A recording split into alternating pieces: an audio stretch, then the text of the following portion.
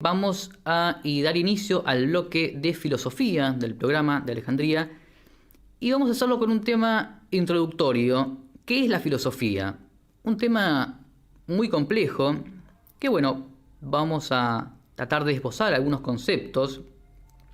Etimológicamente, filosofía deriva de dos términos, dos vocablos griegos: philo, que significa amor, deseo, aspiración, y sofía, que significa sabiduría.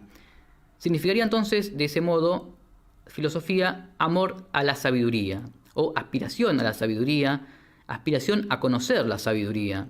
El hombre desea naturalmente saber, decía Aristóteles: movidos por la admiración, comienzan los hombres a filosofar. El nombre filósofo sería entonces amante de la sabiduría, y lo empleó por primera vez el filósofo Pitágoras en el siglo VI a.C., rechazando el título de sabio por una cuestión de humildad. En un principio el filósofo era todo el que hacía ciencia, de todo tipo, entendiendo la ciencia como un conocimiento puro, surgido de la pura demostración racional.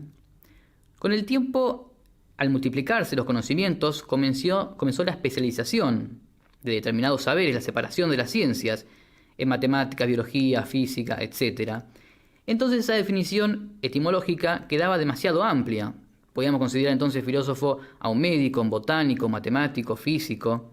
Pero no, porque la filosofía no es amor o aspiración a cualquier saber, sino que lo es a uno determinado y específico. Es la filosofía un tipo de ciencia distinta a cualquier otra.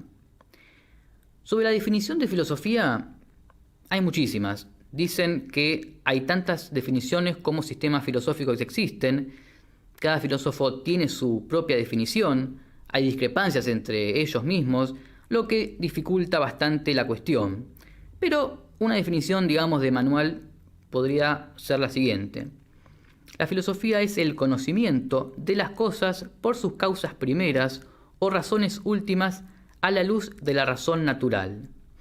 Bien, en esta definición vemos que ya se revela cuál es el objeto material y el objeto formal de la filosofía, entendiendo como objeto material a aquello que una ciencia estudia. Lo vemos en la primera parte de la definición, el conocimiento de las cosas. Pero, ¿a qué se refiere con cosas? Cosas es todo lo que existe o puede existir. Seres, entes, toda la realidad, todos los seres que existen. Lo que lo distingue a la filosofía de otras ciencias que estudian solo una parte de ese todo. En cuanto al objeto formal, es decir, el punto de vista o el aspecto o realidad que se toma para estudiar, lo vemos en la segunda parte de la definición, que dice: por sus causas primeras o razones últimas a la luz de la razón natural. Ahí vemos también la distinción con otras ciencias, porque si bien estudia la misma realidad, no lo estudian del mismo modo. Una estudia las causas remotas o primeras, la filosofía, y las otras ciencias estudian las causas próximas. ¿Por qué? Porque la filosofía lo que aspira es a conocer la respuesta límite, la última explicación a algo que pueda ser alcanzado por la razón. El porqué del porqué. En resumen, la filosofía es el conocimiento de las cosas, de todas las cosas, de toda la realidad, por sus causas primeras o razones últimas, a la luz de la razón natural. Más allá de la razón está la fe, que ya supone a la filosofía. Bien, la filosofía, como un origen geográfico, surge en Grecia entre los siglos 7 y 6 a.C. Podemos mencionar a dos antecedentes de la filosofía. Uno de ellos es las civilizaciones orientales, que la filosofía surge específicamente en las colonias griegas del Asia Menor. Allí se constituye el primer centro filosófico y evidentemente tenía mucha influencia de las grandes civilizaciones de Egipto y de Asia, donde habían florecido varias investigaciones científicas de astronomía, matemáticas, medicina y determinadas reflexiones sobre la supervivencia del alma, sobre el origen del mundo. Esas reflexiones son tomadas por los griegos, que elevan todo ello a la categoría de racional y sistemática, haciendo surgir a la filosofía propiamente dicha. Entre esas influencias podemos mencionar a los persas con Zoroastro, fundador del mazdeísmo, a India con el brahmanismo y el budismo, a China con Lao Tse y Confucio, pero es en Grecia donde la filosofía llega a poseer una existencia autónoma, distinguiéndose explícitamente de la religión. Otro antecedente que podemos mencionar para la filosofía son las reflexiones míticas, la mitología. Se decía que los poetas fueron los primeros pensadores, intérpretes de las tradiciones religiosas y creadores de mitos. Podemos mencionar allí a Hesíodo, autor de la Teogonía, al mismo Homero, al orfismo con los misterios órficos. La primera persona asociada a la filosofía fue Tales de Mileto, allí entre los siglos 7 y 6 a.C. Tales era uno de los 7 sabios, este grupo que buscaba enderezar las costumbres de sus conciudadanos. Eran hombres de acción, hombres que eran buenos oradores. Hay una anécdota que se le atribuye a Tales. Dicen que un día, contemplando el cielo, como solía hacerlo para ver el curso de los astros, se cayó en un pozo, lo que hizo reír mucho a una joven criada.